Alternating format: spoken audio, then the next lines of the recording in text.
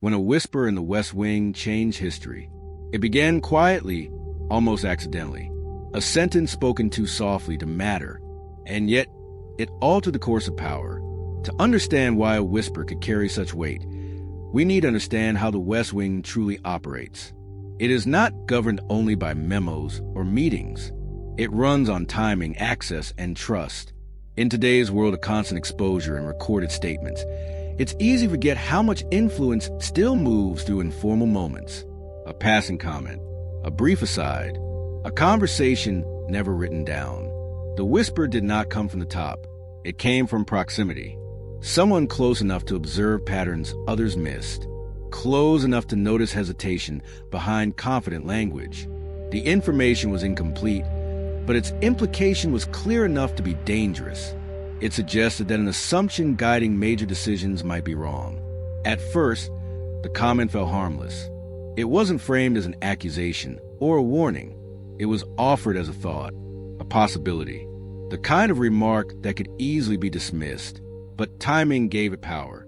It arrived just before a decision was meant to be finalized. The recipient hesitated, not because the whisper proved anything, but because it introduced doubt, and doubt, once planted, is difficult to remove, especially inside a system built on confidence. That moment of hesitation slowed momentum. It delayed signatures. It reopened questions thought to be settled. What followed was subtle. No dramatic reversal. No public disagreement. Just a quiet recalibration. Conversations shifted tone. Language softened. Certainty gave way to caution. The whisper began to echo, not as a statement, but as a feeling. Few people ever knew it happened. There was no record, no transcript, but its impact spread through the decision-making process, bending outcomes without ever revealing its source. And that is how influence often works inside the West Wing. Not loudly, not visibly, but decisively. What no one could predict was how far that single moment would travel, or how history would look different because someone chose to speak softly instead of staying silent. Once the whisper took hold, it began to reshape the room without announcing itself. Meetings continued as scheduled. Agendas remained unchanged. Yet beneath the surface, something had shifted. Questions were asked that hadn't been asked before. Clarifications were requested where certainty once ruled. The power of the whisper lay in its ambiguity. It did not accuse anyone of being wrong. It suggested they might be incomplete. That distinction mattered. In environments where authority depends on confidence, uncertainty is more disruptive than opposition. It forces reevaluation without offering a clear target. Those closest to the decision sense a change immediately. Language softened. Phrases like absolutely and without question quietly disappeared. In their place came qualifiers. Possibly, if confirmed. Pending review. Momentum slowed. Not enough to alarm outsiders, but enough to alter direction. What made the moment dangerous was that no one could trace the source. The whisper belonged to no one and everyone. It could not be challenged directly. It could not be disproven. It lived in implication rather than evidence. And because of that, it moved freely through conversations. Some tried to counter it with reassurance. Others dismissed it internally while adjusting externally. The result was a strange duality. Public certainty paired with private hesitation. Decisions were no longer about choosing the best option, but about avoiding the worst surprise. As days passed, the whisper began to influence preparation. Contingency plans expanded. Language in drafts grew cautious. Advisors began positioning arguments instead of conclusions. The original decision remained technically intact, but its foundation had changed. This is how informal power accumulates, not through authority, but through doubt shared at the right moment. The whisper did not need to be true to be effective. It only needed to be plausible. And in a place where plausibility often precedes proof, that was enough to redirect history before anyone realized it was happening. As the whisper continued to ripple outward, its consequences became harder to contain. What began as hesitation evolved into recalculation. Advisors who once argued from conviction now spoke from contingency. Every option was weighed twice. Every assumption examined for weakness. The conflict emerged not between people, but between instincts. One side pushed for decisiveness, fearing that delays signal weakness.